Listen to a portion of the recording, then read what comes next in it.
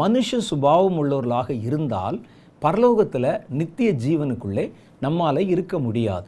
அதனால தான் என்ன சொல்கிறாங்கன்னா, நீ பரலோகத்துக்குள்ளே நுழையிறதுக்கு முன்னாலேயே பரலோகத்தில் எப்படிப்பட்ட கலாச்சாரம், எப்படிப்பட்ட சுபாவங்கள் அதை இந்த பூமியில் இருக்கும்போதே நீ பெற்றுக்கொள்ளணும்.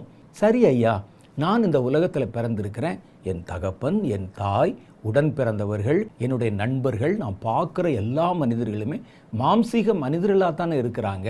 இவர்களிடத்தில் இருந்து நான் எப்படி தேவ சுபாவத்தை பெற்றுக்கொள்ள முடியும், தேவனுடைய குணாதிசயத்தை நான் எப்படி பெற்றுக்கொள்ள முடியும் அப்படின்னு நமக்கு ஒரு யோசனை வரும். தேவனுடைய குணாதிசயங்களை, சுபாவத்தை பெற்றுக்கொள்ளும் முன்பாக தேவனுடைய சுபாவம், குணமும் நம்ம முதல்ல அறிஞ்சிருக்கணும்.